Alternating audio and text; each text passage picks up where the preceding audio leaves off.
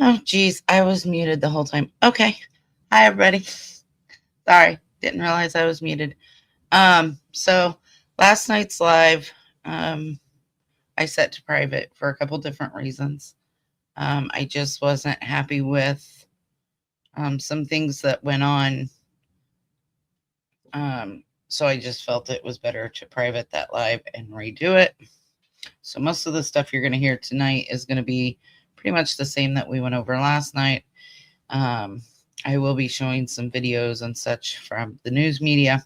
But before we jump into talking about Devlin Tait, I'm going to play my intro and try to get my dog to be quiet.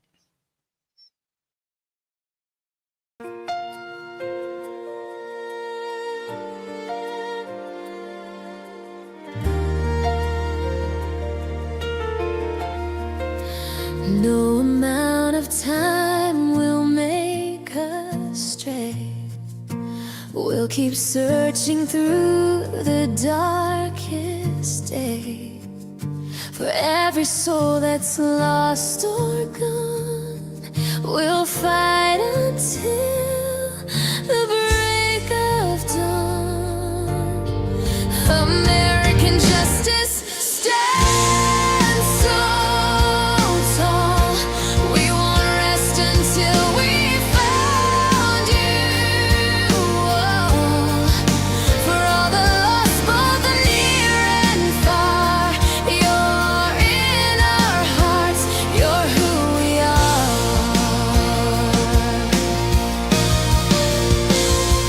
Through the nights and through the pain, we will say your name again. Every step we take is true as we continue to search for you. American justice stands so tall. We won't rest until there is justice for all. For all the lost, both near and far, you're in our hearts. You're who we are. We will continue to pray until you're home to stay.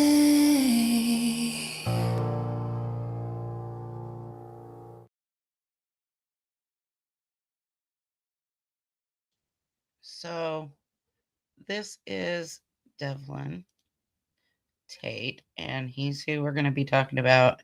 I'm going to be covering him in a couple of different videos.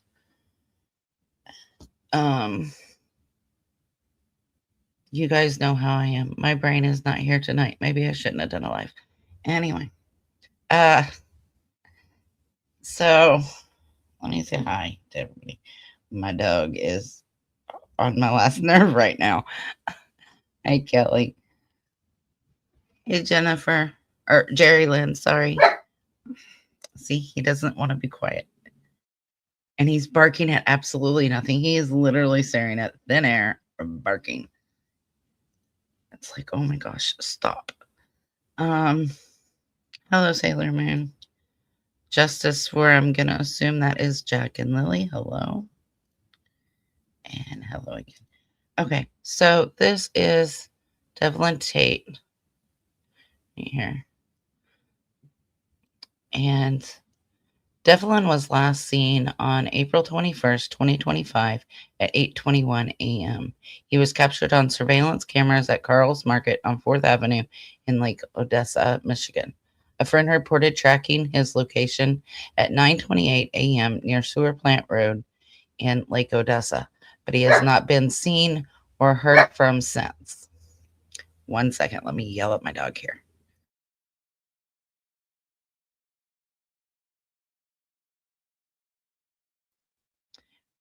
That dog is going to drive me nuts today.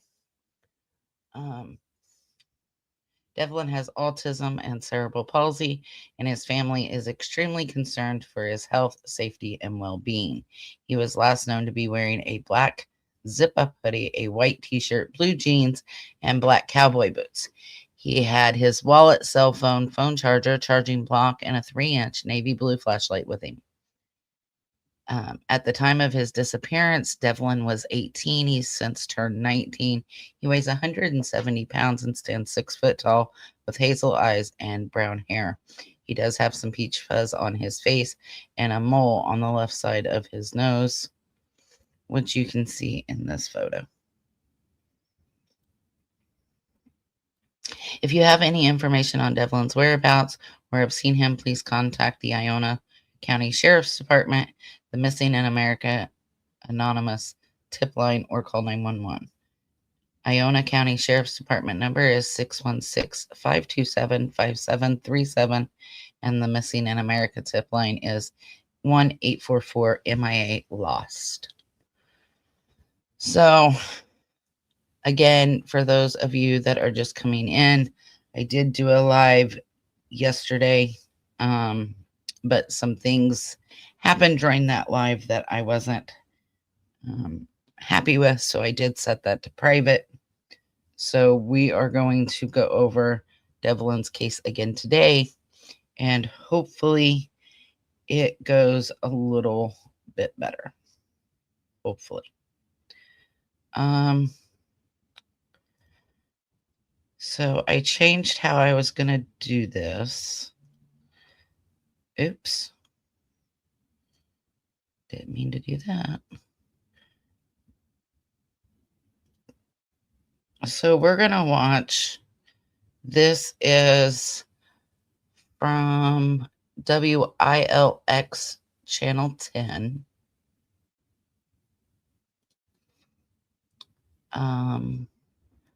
And this is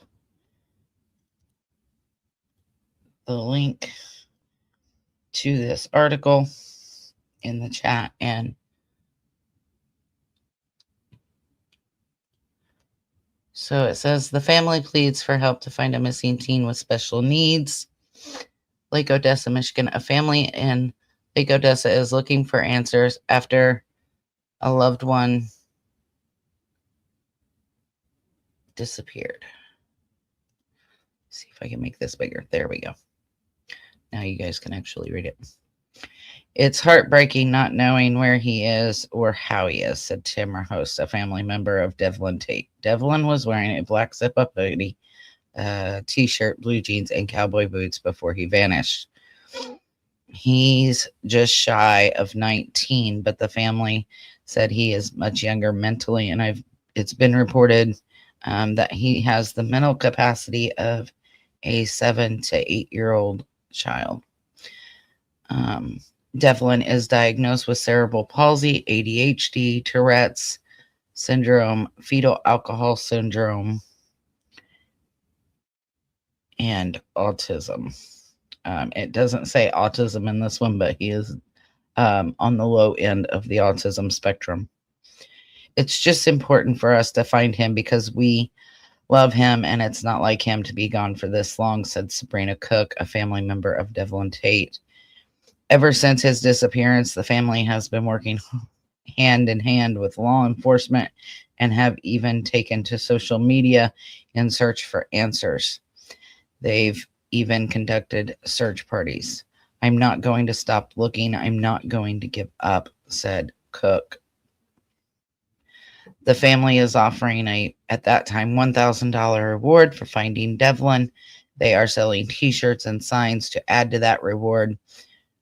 For more information, you can visit their Facebook page, which I will link here in just a minute. The Iona County Sheriff's Office said there's no update on the case, but they are accepting leads.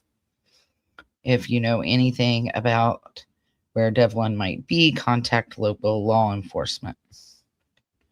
So I'm going to play this video. It's not very long.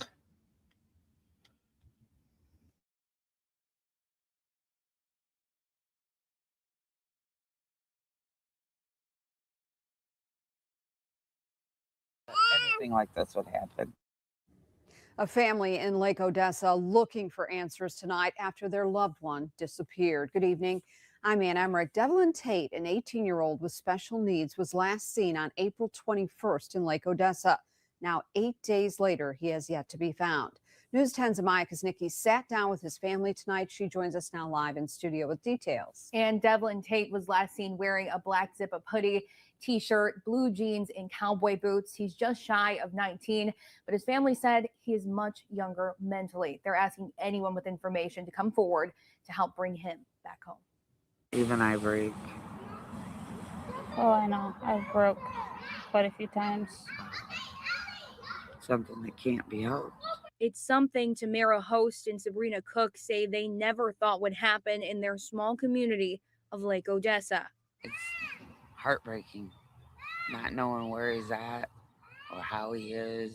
On April 21st, their loved one, Devlin Tait, vanished. It's just important for us to find him because we love him. And it's not like him to be gone for so long. He was last seen at Carl's supermarket, and ever since his disappearance, the family has been working hand in hand with law enforcement and have even taken to social media in search of answers, hoping someone comes forward with information. They've even conducted search parties. I'm not going to stop looking. I'm not going to give up because it's not who I am, for one, and for two, I have a strong devotion to my nephew. Devlin may be just shy of 19 years old, but his family says he's much younger mentally. He's diagnosed with cerebral palsy, ADHD, Tourette's, and fetal alcohol syndrome, and is without his vital medication. Somebody out there has to know something, and they're just not coming forward. I wish they would. Every day that passes is another day the family is left wondering where he is and if he's safe, saying they won't stop until he's back at home where he belongs. There's power in prayer. We got a lot of people praying. The family is offering a $1,000 reward for finding Devlin. Right now, the Ionia County Sheriff's Office says there's no updates on the case, but they are accepting leads. If you know anything about where Devlin might be, contact local law enforcement. Ann? All right, So that was done, just days after the disappearance, and it wasn't the video that I first watched. And I had been sent this case. I didn't know Devlin's name. I didn't know anything about it. I was asked to look into it. I did. And I decided that his name needs to be out there. And so I will do my part in getting his name out there. Let me remove that. And stop screen. Let me add.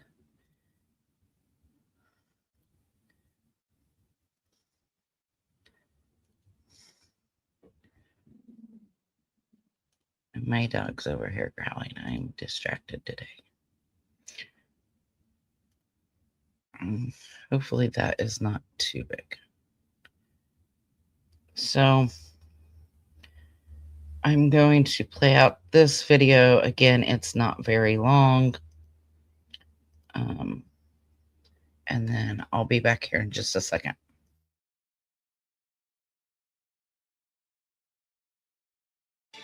A family in Lake Odessa is searching for answers tonight after their loved one vanished over a week ago. The county sheriff's office there says 18-year-old Devlin Tait went missing on April 21st. News 8's Adriana Doria spoke with Devlin's family, who say they're holding out hope that he'll become home safe and unharmed. He's never been gone this long. It's been over a week since 18-year-old Devlin Tait went missing in Lake Odessa. Just a lot of frustration, not knowing where he's at, if he's okay or not. With nothing but questions, Devlin's family say it's been a difficult 9 days, not knowing where he is or if he's safe. I feel lost, Yeah. frustrated that we don't have anything. Devlin is a familiar face here in downtown Lake Odessa, where he would spend a lot of his time. His family says his last known location was at Carl's Market here downtown. That was back on April 21st, and he hasn't been seen since. He bought some groceries while he was there, and there hasn't been any activity on his bridge card since. Devlin's aunt Sabrina describing April 21st as a normal day. She says she did not notice anything out of the ordinary with his behavior, making the disappearance even more confusing. We never suspected anything. He's normally home by anywhere between 6 and 8 o'clock. And when he wasn't, I started calling him, went straight to voicemail. And when 10 o'clock hit, when his curfew was he was supposed to be home and he wasn't home, I came searching. His family says he's diagnosed with cerebral palsy, autism, Tourette's, and fetal alcohol syndrome, and is without his necessary medication. But their love and determination to bring him home has not stopped, turning to law enforcement, social media, and the community for help, holding out hope for a positive conclusion. We're hoping and praying that anyone with any information at all that'll lead to his whereabouts will let us know, that they'll get a hold of us. My gut hurts every time I think. I try not to think of every possibility that could be happening or that where he could be, and it makes my gut hurt. In Lake Odessa, Adriana Doria, News 8. And like she said, you try not to think of everything that could happen or is happening, because that will wreck you mentally. And I know that all too well myself. So we learned last night that, hold on a second here, guys.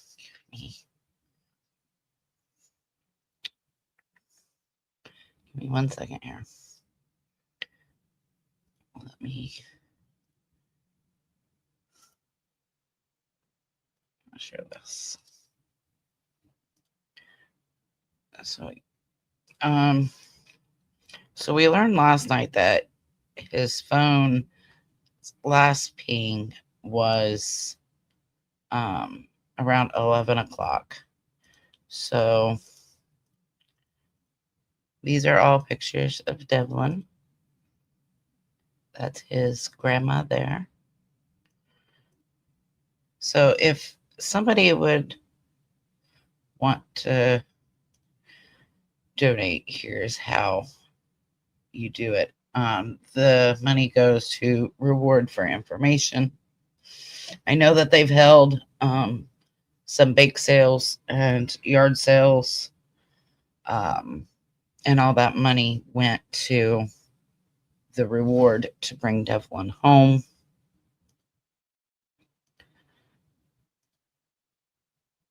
That is one of the yard signs that they have. That is Woman's Warrior, who actually asked me to look into this case and do a document like I did for Sebastian and Jack and Lily. And I did look into it like I promised. And I do have a document started, but more or less for me. And that's kind of it, really. So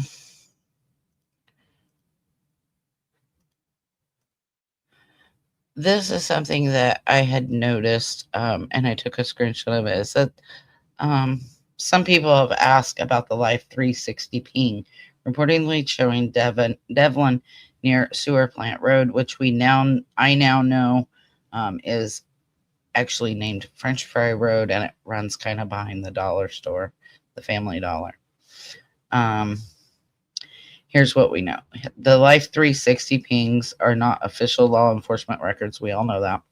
While they can provide a clue of reference, authorities do not rely on third-party apps for verified location data.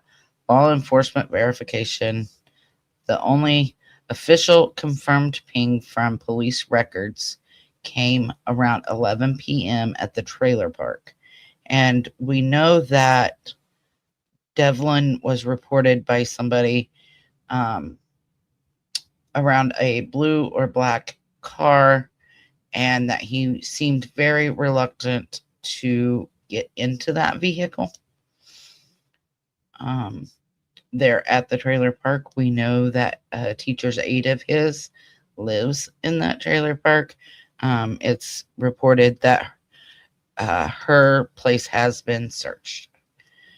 Devlin's phone reportedly went dark earlier in the day. This is the data investigators are using for the case. Any other reported locations like the laundromat or sewer plant road remain unverified by law enforcement. It doesn't mean it didn't happen. It just means it's unverified. They haven't been able to substantiate it. They haven't been able to substantiate it because the cameras at the laundromat were down for service. We learned that yesterday. And the Family Dollar, the cameras that they had were all inside. And the sewer plant road, it says unverified by law enforcement, but they do have a ping from his phone. So that makes me wonder if the ping that they got on his phone was actually like from the cell phone company and not from Life 360. I don't know for sure. Remain unverified by law enforcement. It should be treated as unconfirmed reports until an official confirmation. Key takeaway: the official investigation relies on verified police data, not third-party apps. All tips and sightings should be reported to authorities so they can properly investigate. So, one of the things I make, you guys know this, or if you have followed me for any amount of time on any of the other cases or channels that I've been on, you know that I create documents, and one of the main things in that is creating timelines. And so I did come across this the other day, yesterday, I think. Around 7 o'clock, Devlin left his home. I believe I would have to. One second here. So at 7:28, it was reported that Devlin left the home. He got up around 7 o'clock, and at 7:28, he left his home for a 20 to 30-minute walk into town. At 7:32, there was a text to Uncle Matt from Sabrina telling him that Devlin had left the home, and Matt tried to call Devlin, and it went to voicemail. He did end up talking to him around 9 o'clock, and Devlin said he was at the laundromat. At 8:21, Devlin was last seen on CCTV at Carl's supermarket. And one of the things I ask is, well, what did he buy? And the reason I wanted to know that is because if they come across something that he bought, that might tell us which direction he was going, right? So according to the person I spoke to, he bought snacks and a drink. And according to what I'm understanding, I won't say what I'm told, what I'm understanding is nothing of Devlin's, not the food wrappers, not clothing, not anything that was with him has been found. At 9:27 to 9:28 is when he supposedly his phone pinged near Sewer Plant Road at 2:15 to 2:30. So I had sent this to family, and I said okay, and I had sent this was in the same post. So I had sent this to family, and I had asked them some questions, and they told me that there's actually more to the timeline than what was there. And so I asked them if they could fill me in on the timeline. This is the worst way to do this, but oh, so I at least want his face up there while I talk. So at 2:15 to 2:30, Devlin stopped to pet a dog and was talking to a woman, and he was on the phone talking about needing a ride. And she said that he had left and headed west towards Sunoco. Between 4:15 and 4:30, there was a girl who supposedly seen Devlin walking on 4th Avenue. At around 5:30, Devlin was seen being hesitant to get into a vehicle with two males at the entrance of the trailer park. Now, at 5:30, he's hesitant to get into a vehicle at the trailer park. That tells me possibly an abduction, right? Like I said last night, it also led me to think, because Devlin had messages on a social media app called Threads from some women saying they wanted to get together and be romantic, that I thought possibly a honeypot situation had happened where he was lured in by somebody else for other means and then was possibly abducted and robbed at that point. But again, that was at 5:30 that this was supposedly seen. Again, this is all unverified, except for the 11 o'clock ping at the trailer park. Now, again, we know that Devlin's teacher's aide supposedly lived in that trailer park, and her home has been searched, from my understanding. We do know that Devlin takes meds for his Tourette's and his a mood stabilizer, which he's been without since he went missing. And we know that from last night, when the family was in here, we know that there is no longer any communication with law enforcement, being only 2 detectives are in that county, and there seems to have been some sort of breakdown in communication with them. Devlin's bio mom let law enforcement search her place of residence 3 out of 5 times that they went there. Like I said last night, I'm not sure why only 3 out of 5. Maybe the first time they didn't ask. Maybe the last time they felt they had searched it enough that they didn't need to again. I don't know. But 3 out of 5 times they have searched her home. We do know that there are some SOs in the area. But I don't get the feeling that this is an SO type situation. Again, I go back to him supposedly being seen, being hesitant about getting in a vehicle with 2 men. And that really strikes me as more of an abduction, or him being lured there by a female and then being met by 2 men. And that's kind of where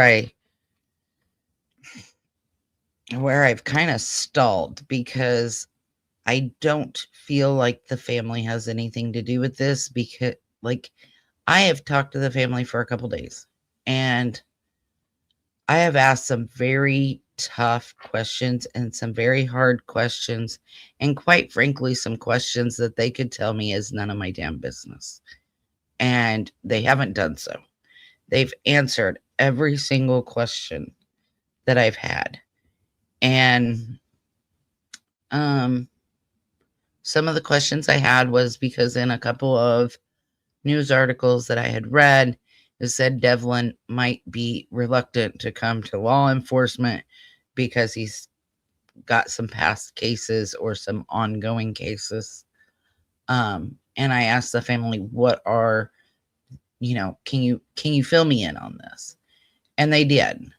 And I can confidently say I see no correlation between those cases and his disappearance. I do not feel like Devlin was abused. I do not feel like he was neglected. I feel like the family is being genuine. And, Devlin's name needs to get out there too. Seems like a very sweet young man. He doesn't like being called a kid, but I'm old. To me, he's a kid. So I just really feel like this is an abduction of some sort. I don't think it's a family abduction. Whether it's an abduction by somebody he knew, somebody he didn't know, or a luring situation, that's where I have kind of landed, and I haven't moved from that spot. Now, again, like I said last night, and I didn't do much today because I haven't felt well, but I went through all the mainstream media that I could find. And now it's time that I turn to the social media links, but there has been a lot of harassment and blaming of this family. And in my opinion, that is not right. It just really isn't. Why is there no coverage on him until now? There was mainstream media coverage. And if you're talking about me, why I haven't covered it. So in the summertime, I'm gone most of the time, except for a couple days a week. And Jack and Lily's case was out there. I hadn't heard of Devlin at that point, and then I had heard about Jack and Lily Sullivan, and I threw myself into their case. And it wasn't until somebody even told me Devlin's name that I even knew about Devlin. I just found out about Devlin like 4 days ago. So I don't know why other people aren't picking up on his case. There are so many missing and unalived people that creators have to pick and choose. So I can't speak for other people. For me, I didn't know about him. No, not me asking why other creators. Again, I can't speak for other creators. It was somebody who follows me that told me to look into it. And like I said, I didn't even know his name. So I didn't even know he was missing.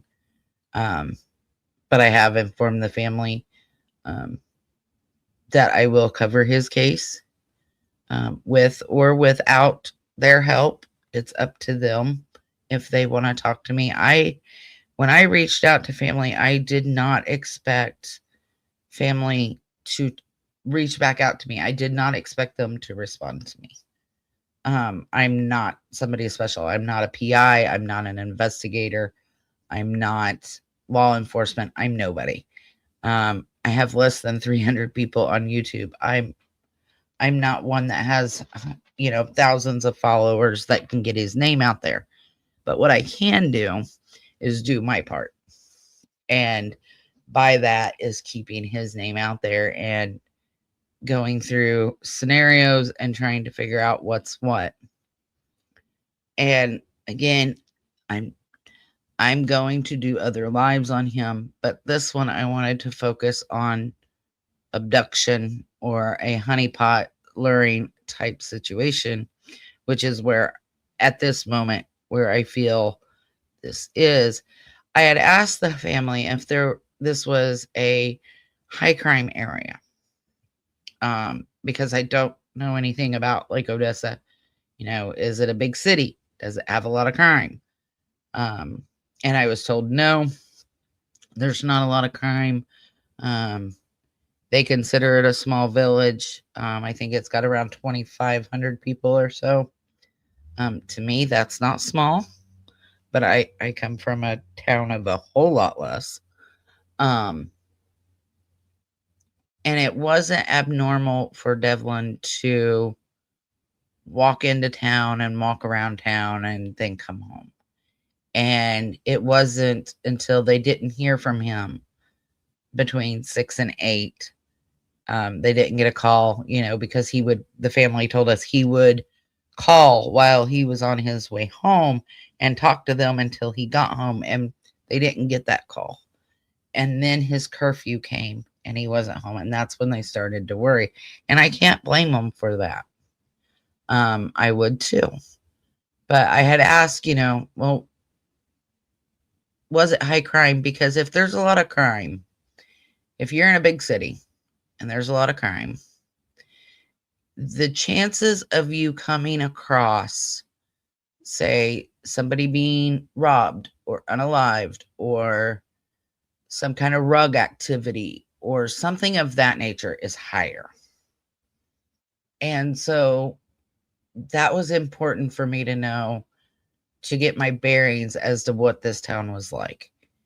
And so I know it's not a high crime area, so a lot of those things move way further down on the list, right? Like chances of him coming across a crime that he has to then be silenced for is a lot less than if he lived in a bigger city with a lot of crime. And so that was something I had asked.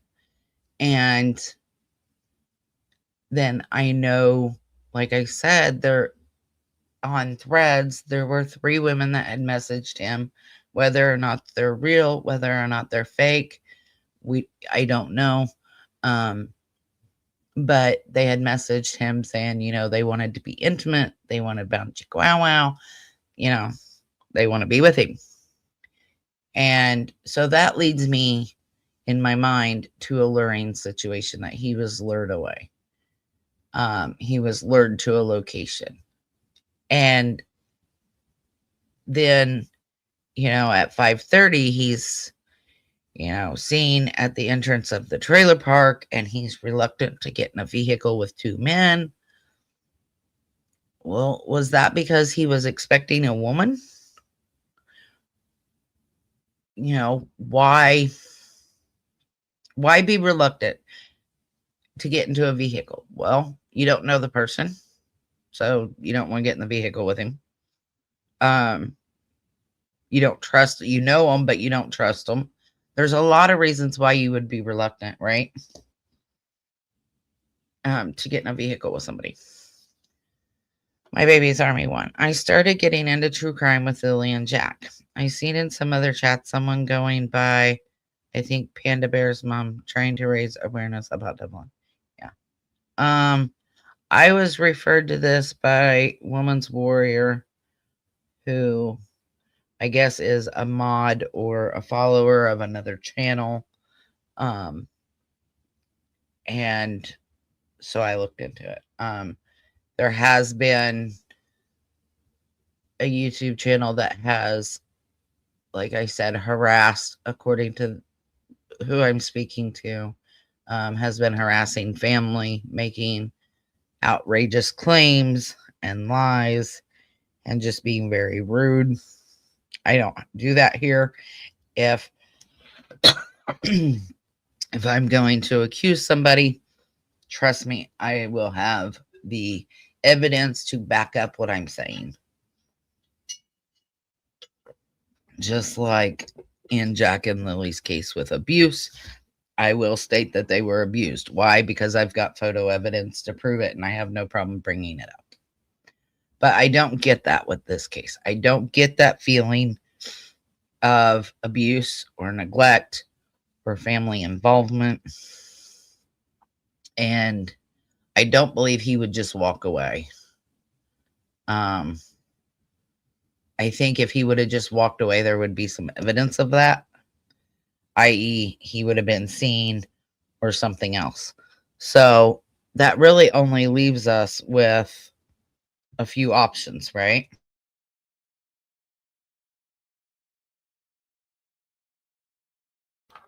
It doesn't leave us with a whole lot of avenues to go down. I do know that the investigators have searched lakes in that area, and I call it a river. I don't know if it actually is a river or not, um, based on what I've seen.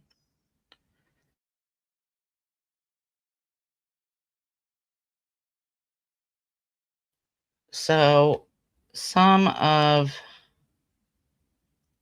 Devlin's favorite things were sausage pancakes on a stick and corn dogs, fries, and pizza. He loves the color blue. So if you want, put some blue hearts in the chat for Devlin. He loves animals, nature, and walking. He hates being called a kid, but again, to me, he is. So I will have to make a mental note and try to refer to him as a young man rather than a kid. So let me pull this back up. So when I say I live from a small area, this is what I mean. These are my neighbors. Right here. Like, that is approximately half a mile or so away. There's actually nobody right there. It's being built, but nobody's there. This over here is my closest neighbor. So that's what I mean. But I don't have people, right? Like, so for a town of 2,500 people, that's a lot to me. I did crop some of these photos. They are all on Devlin's page, on his Facebook page to help find Devlin Tait. I'm posting that in the chat now. If any of you guys want to go join that group and follow along with this case, I am going to go over some of the posts and stuff tonight. We'll have a look at it. All these pictures are from there. I have cropped some of them due to others being in it or little kids being in it that I don't feel like I need to be showing on the interwebs on YouTube land. There's Devlin at a carnival having fun on the merry-go-round. He's got some pretty big cojones because that is an alligator. And no thank you. I'm good. Because that tail right there will do just as much damage as them teeth. No thank you. I'm good. Got more balls than me.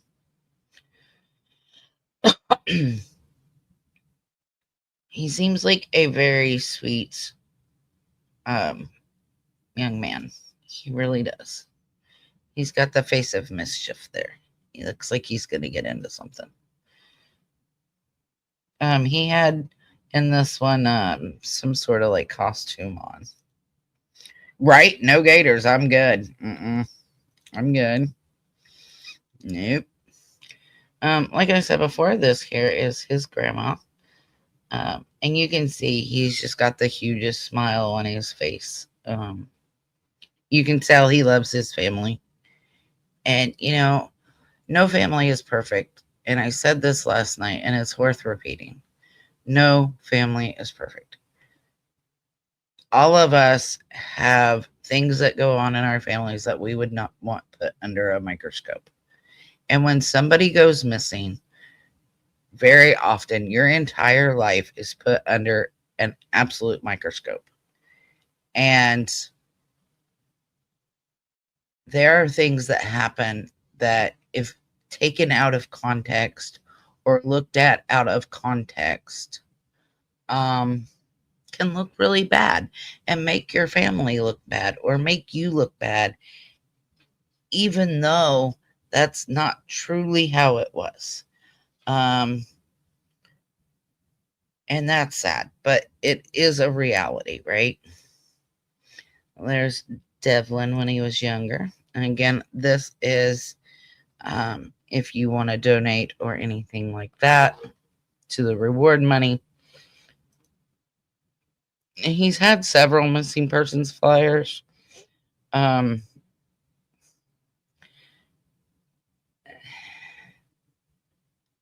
and it with missing person flyers, I've really got to the point that I hate them because they tell you very little information. And I know that they're just trying to give you enough information that, if you've seen something, say something, or to jog your memory, right? But I'm one of those people, I like to know way more information so I can have a clearer picture in my head of the person that's missing. So I myself personally have got to the point that I hate missing persons flyer because they never give me enough information.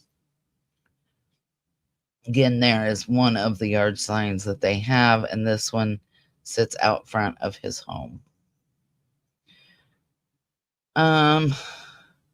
So this one says that Devlin Tait went for his daily walk to the stores in town on 4/21/25 at 8:21 a.m. but did not return home. He has special needs that require daily medications that we know, again, now we know is for his Tourette's and a mood stabilizer, and has now been 72 plus hours since his last dose. Devlin is a legal adult, but mentally he presents as a 7 or 8-year-old child. He has never run away from home before, and the phone he has with him is turned off or has a dead battery. His family is very concerned and encourages anyone with information to contact the Iona County Sheriff's Office. And it comes back to, and we've seen it in so many cases, where if you see something, say something. If you've seen him, say, hey, I was here at XYZ. This is what I seen. This is where he was. And so many times people don't realize that they have the detail that's needed, right? They're like, oh, that doesn't matter. It's something little. But it's very often that little thing, that little piece of information that law enforcement is lacking, or law enforcement needed somebody else to say, this is it, to have something happen. So no matter how small or how big, if you've seen Devlin on the 21st, if you have video, if you live along 4th Avenue or anywhere near that trailer park and you have video from a Ring camera, even if it's just for a split second that you see Devlin, please, I urge you to turn that in to the sheriff's office. Now, I had sent this one, and this one kind of made me mad. I had sent this one to family. And I'm like, okay, so was the t-shirt red or was the t-shirt white? Because in all the other ones, it says a white t-shirt or just t-shirt, and this one said red. And I was told by the family that he had on a white t-shirt and that was confirmed from the CCTV video at Carl's Market, where he spent $12.08 on snacks and a drink. This is where I had seen, and it said the sheriff's office said he may be reluctant to speak with law enforcement due to out of county court cases. So I had messaged the family. I'm like, because in my mind, when I initially seen this, I'm like, okay, is there a court case that he's running from? Could he have just said, yep, not dealing with it, and walked away? Is this something that he's seen something and he's a witness in? And I was told what those court cases are. I will not share them. I was told what they are. And I do not feel they are anything in relation to the case. So in the following days, April 22nd to 24th, repeated attempts to contact Devlin by Sabrina and others went unanswered. And again, most likely because his phone is probably dead at this point. As of now, the blackout periods, especially the hour between the market sighting and the sewer plant ping, and the 6-hour gap in the afternoon, remain the primary focus for those seeking to determine his path. And again, I go back to, if you are on either of those paths, even if you only see him on your camera for a split second, turn it in, because that gives so much information. Law enforcement can determine which direction they're headed, where they could possibly be going. It gives a exact time. It may mean nothing to you, but it may mean something big to law enforcement. They may see it and they see somebody following him. They see a vehicle that looks like the vehicle that was outside of the trailer park, and it gives them information. You never know what's going to be helpful. Despite repeated attempts to contact him, Devlin has not been heard from since, leaving critical gaps in his movements that are still unexplained. We went over that one. Okay. So, I don't know how you guys feel about it. But me personally, until I get more information or I see something concrete that proves to me otherwise, I'm going to assume that this is an abduction, whether that be from luring or somebody he doesn't know. Again, I have nothing to tell me otherwise. And in fact, it's the exact opposite. So let me move this.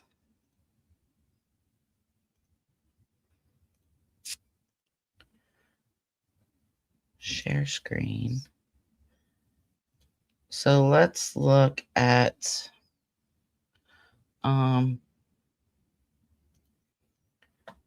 this is the Help Find Devlin Tait Facebook page.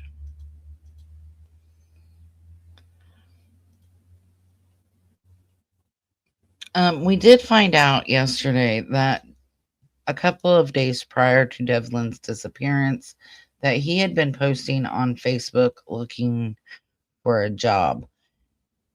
And I didn't how do I say this? Not that I didn't put thought into that last night. That was my first time hearing it, so I needed time to process that, right?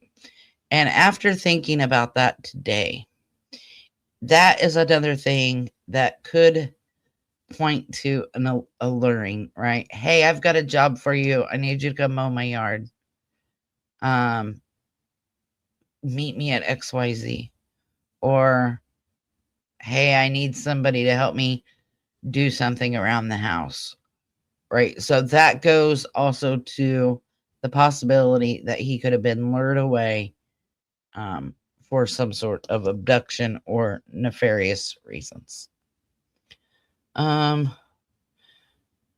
So this is what I had wondered when I had looked at the map.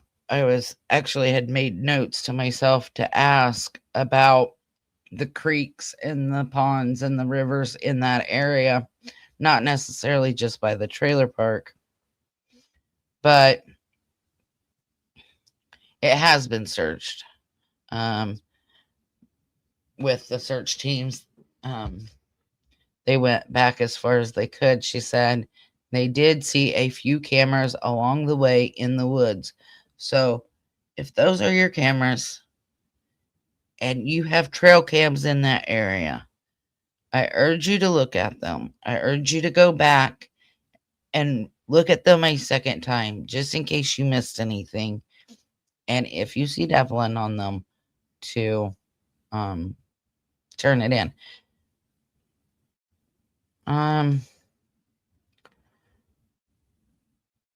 So this person obviously is kind of thinking the same thing as I am, that got into a non-family member's vehicle, aka being lured away.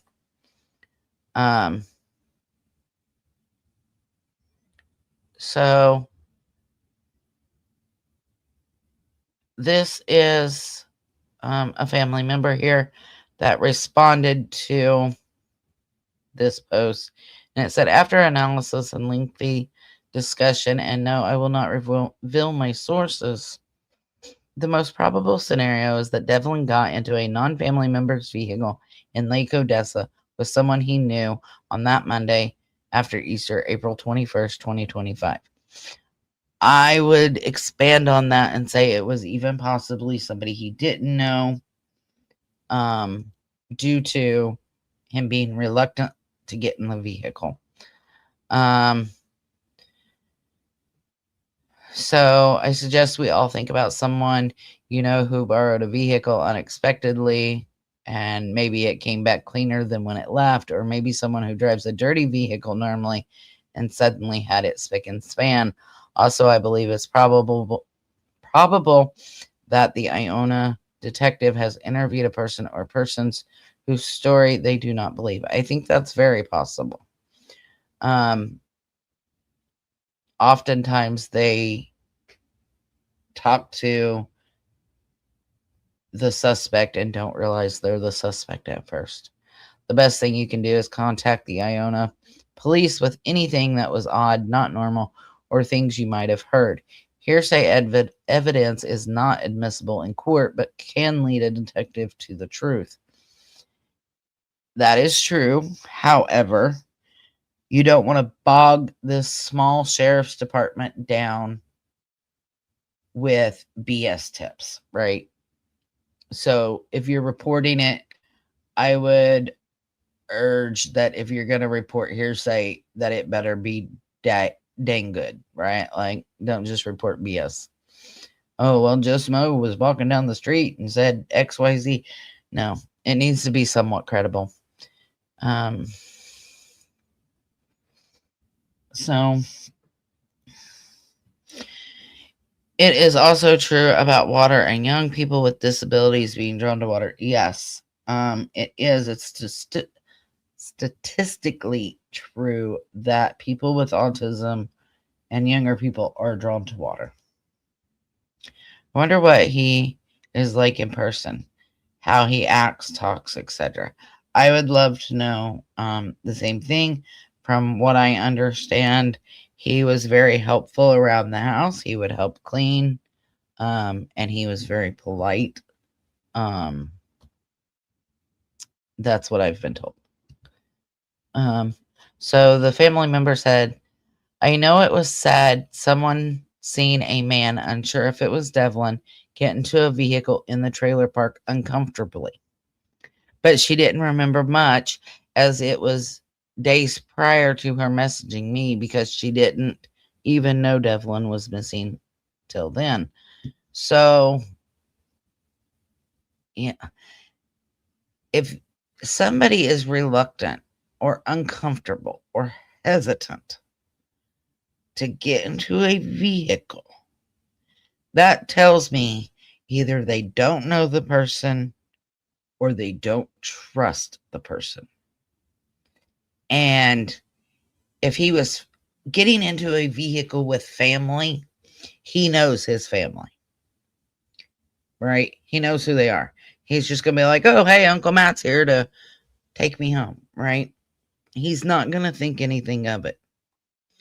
So being hesitant, being reluctant, leans me to believe more that it was somebody he did not know, as opposed to somebody he did, as opposed to family. Just my opinion. I don't know. You guys tell me. What do you think? Do you think he knew who he got in the vehicle with? If it was Devlin, let's say if, because it's not verified. If it were Devlin, getting in a vehicle and he seemed uncomfortable. Do you think he knew the person or persons, I guess I should say, because there were two men in the vehicle? I go with no. So Tamara, who was here last night and had to leave, is posting here from October. Devlin is, as always, he's been missing for almost 25 weeks now. Still nothing. I called the FBI in Grand Rapids, Michigan, and like all other agencies I've talked to, they won't step in without a request from the handling agency, which is the Iona County Sheriff's Department.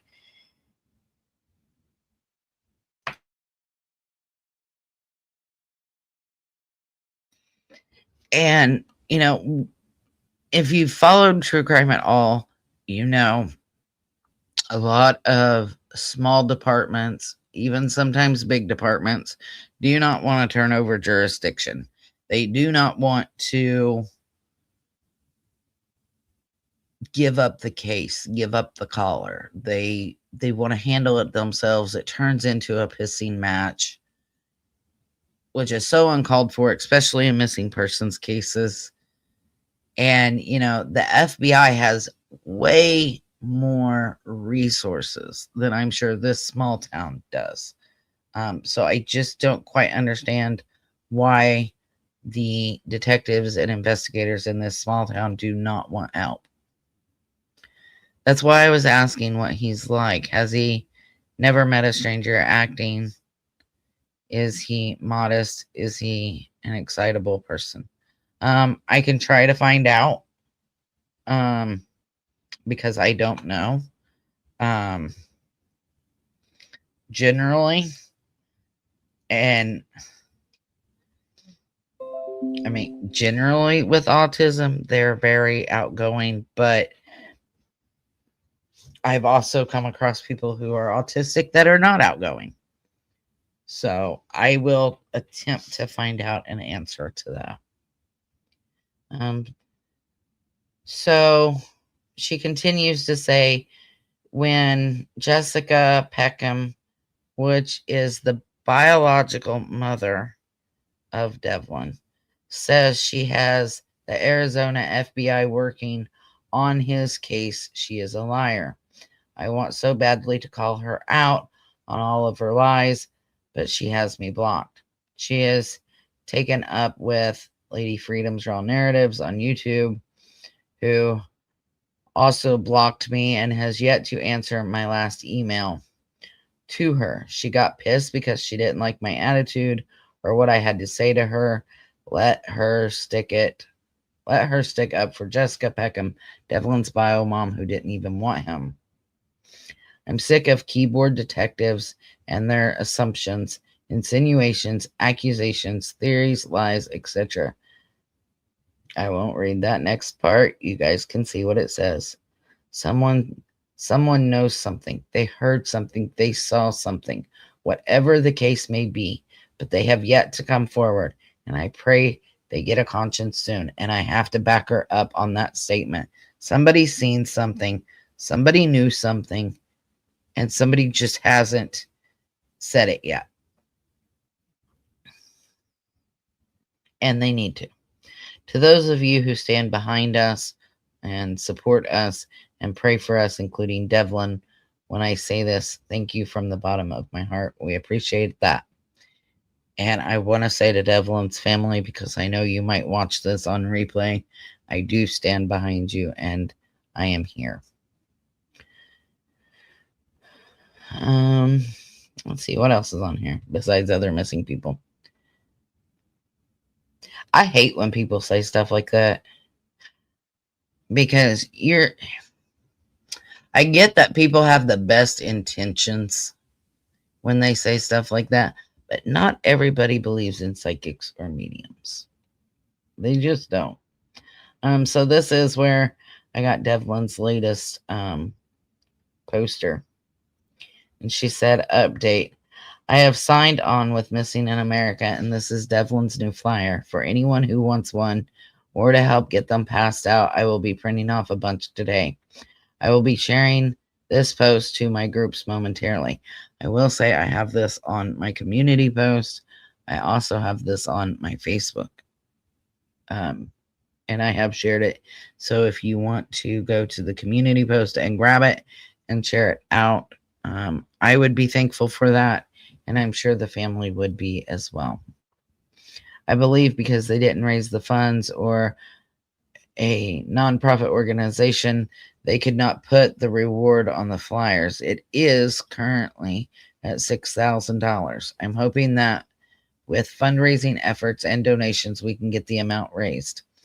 I have more to share with my followers at a later time. Thank you to all who are praying for Devlin. It's greatly appreciated. I'm a firm believer in the power of prayer, and I do believe miracles do happen. I myself can attest to a few. Thank you all for taking the time to read this. Please share the new flyer in our effort to keep Devlin's name out there. Let me click on this link. So this link goes to the Missing in America post with the flyer. And wait a minute, can I? Let me.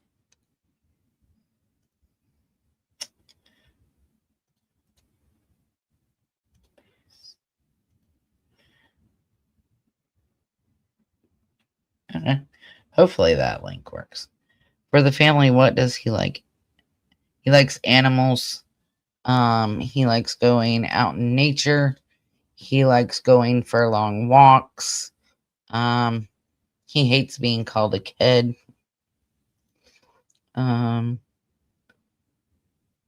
His favorite color is blue, and he likes all kinds of foods. So, I will ask about music. I do not know that I will get an answer. But I will try to find out his music and whether or not he was one to talk to strangers or if he was a stranger danger type person. And whether or not he was excitable.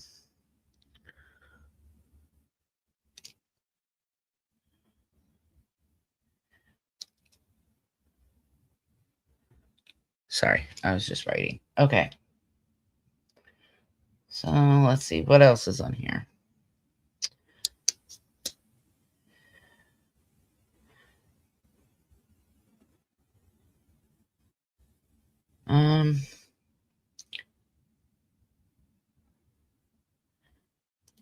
So I see that one of the family members has asked, is this from a medium? So, hi, I'm Kayla. I did a reading for you. Okay, so yeah, she's a medium or psychic based on that. If I got his name wrong, I apologize. You asked me about a name. I said I didn't know, but I heard something in my head last night and again just a few minutes ago that might be important to the situation. I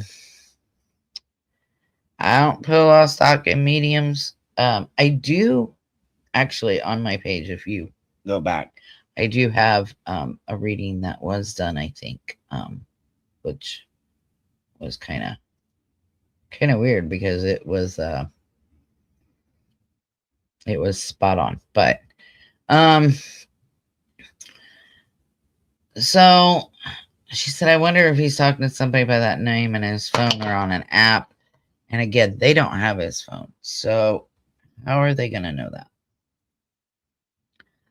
I'd put a comma after each word I didn't know is considered a please refrain from link error.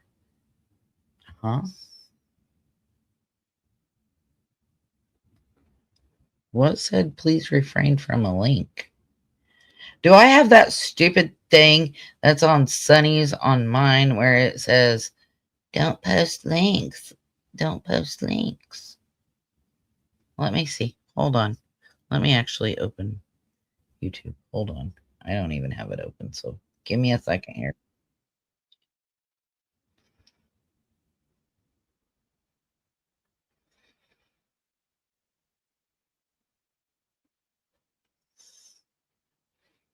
Okay, well, I don't. Okay, I was say I didn't think so. I thought that was StreamYard or Streamlabs, and I don't have that because it's the most annoying thing ever. When you put a period, it's like, don't post links. What are you talking about? Um,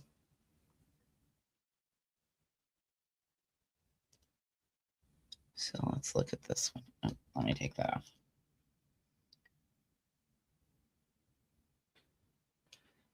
Let me make this. Oh, that makes that bigger. I don't need that bigger. I was hoping it would make the picture bigger, but it didn't. So,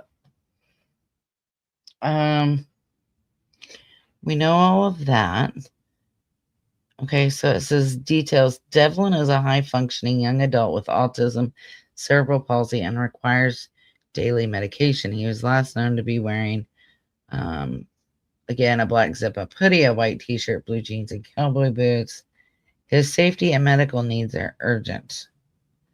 Official phone pinging report at the trailer park. So when it says official phone ping reported, that tells me it is from the cell phone company, um, as opposed to Life 360. Um, Earlier, Life 360 data showed a brief location near Sewer Plant Road at 928, and it gives some more information. So let me save that image. Hold on, guys. There. Save. Okay. Um,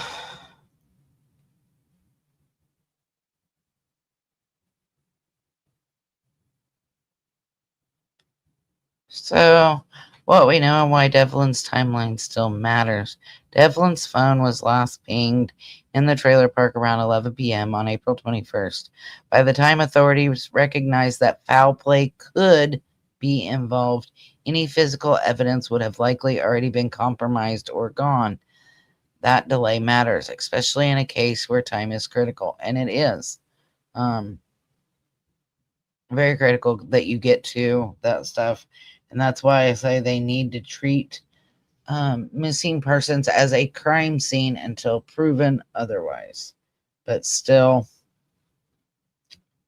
they don't. In some YouTube, if you put a mark, it'll say that, then you're blocked. Yeah, I don't. That's Streamlabs, and I don't have Streamlabs.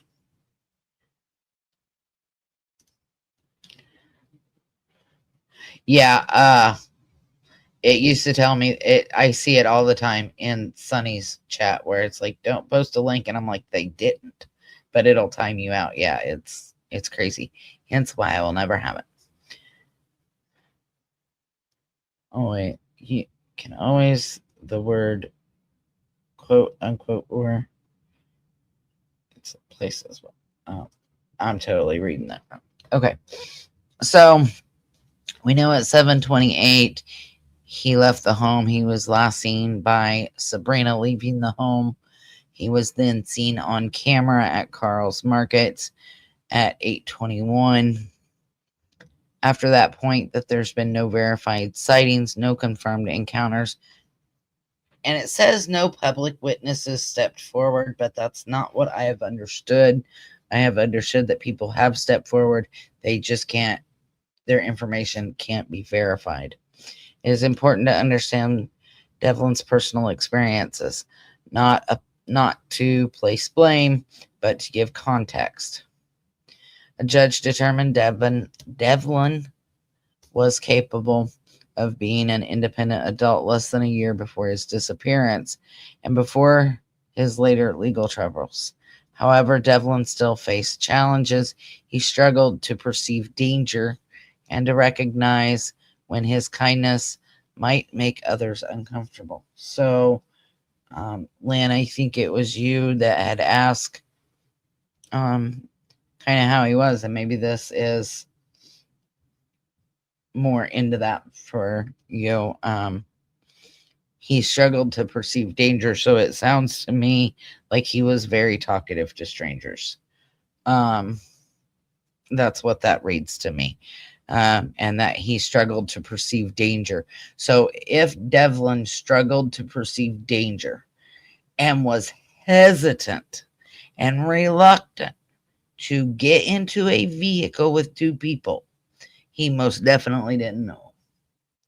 Because if he struggled to notice danger and perceive it, then that's what that tells me. That's exactly what that tells me. Um, at times, his deep compassion and desire to help could be misunderstood or misinterpreted, but his intentions were never harmful. Devlin always meant well. He cared deeply about people and wanted to connect, support, and show up in ways that he knew how. In the weeks leading up to his disappearance, Devlin was under intense emotional strain. A curfew was placed on him in March, and I'm going to assume that's because of the other court cases. Being denied the opportunity to live with his biological mother in Arizona due to his ongoing legal issue. These restrictions caused frustration, anger, and emotionally overwhelmed, feelings that should never be dismissed or minimized. Devlin is not just a case file. He is not just a timeline or a set of legal labels. He's a human being who deserves safety, understanding, and protection. So true. And I will go as far as to say, so does his family. Anybody who is willing to attack his family, you're pretty low. You're pretty low unless you can substantiate and prove why you're doing so. If you were in the area on April 21st, the morning, afternoon, or evening, or if you remember seeing Devlin later that day, please come forward. Even details that feel small or insignificant could help fill in the missing pieces. And that's why I said, even if he's only on your camera for a split moment, for a split second, what goes on before and after that in your camera may be the piece of information that law enforcement needs. Again, if you have any videos, whether it be a Ring doorbell camera, some sort of security camera on your business or home, or some sort of trail cam, please go double check it one more time. Devlin deserves for you to at least look at that one more time. His family and those close to him have not stopped looking, and neither should we. And I won't. I will cover Devlin's case until he's found. We may not have anything new to share, but I'm going to add Devlin to my intro, and at least that way his name and his face are still out there, even when I may not discuss his case.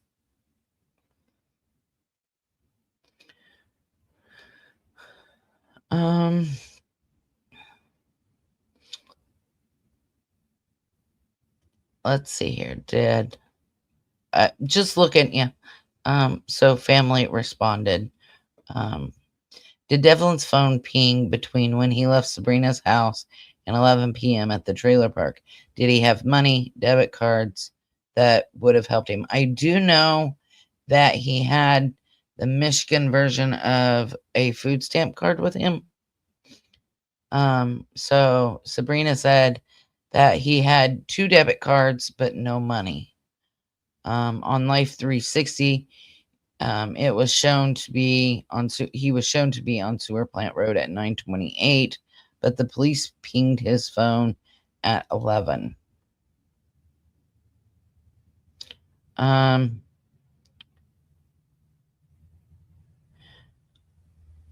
So if Life 360 is Life 360 an app police can use? Did the police tell you there was no calls or text on his phone after 9:28. Family responded his now ex-girlfriend, her mom didn't want them dating, was the one on his Life 360. And that is the story that I received from a different family member, that it was the ex-girlfriend who's seen his phone on Sewer Plant Road at 9:28 and let the family know. So, to me, that tells me they're telling the truth. So again, I'm just looking real quick to see, and I don't see any. Okay. So I've been on for almost an hour and a half. I'm gonna leave his picture up for just a minute. I don't know what picture I want to use. Let's use this one. Yeah, we'll use that one. Okay. So I wanted to show you guys his Facebook page again.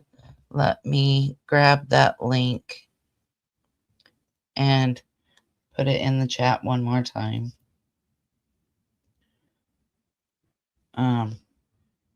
I think we answered a couple questions tonight as to whether or not he was scared of strangers, and it doesn't seem like he had any stranger danger because he had a hard time interpreting danger. So for him to be reluctant and him to be hesitant to get into a vehicle with two men in it, that tells me, even though he had trouble perceiving danger, that he indeed perceived some sort of danger or something that would make him not want to get in to the vehicle. So, unless anybody else has anything else, like I said, it's been almost an hour and a half, so I'm going to get off here. And I don't know when I'll do a live again, but I will continue looking into Devlin's case. I will continue with Jack and Lily's case. And all of these kids need to be found. All of these kids need to be brought home. It breaks my heart. It really does. You're welcome, Kelly. Thank you all for being here. And I'll see you later.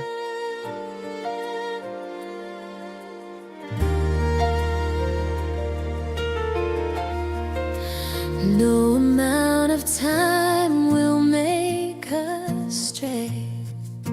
We'll keep searching through the darkest day for every soul that's lost or gone. We'll fight until the break of dawn. American justice stands so tall. We won't rest until we found you. For all the lost, both the near and far, you're in our hearts. You're who we are.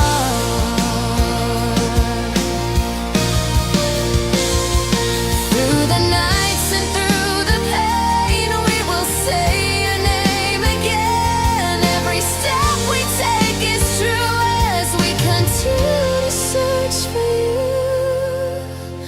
you. American justice stands so tall. We won't rest until there is justice.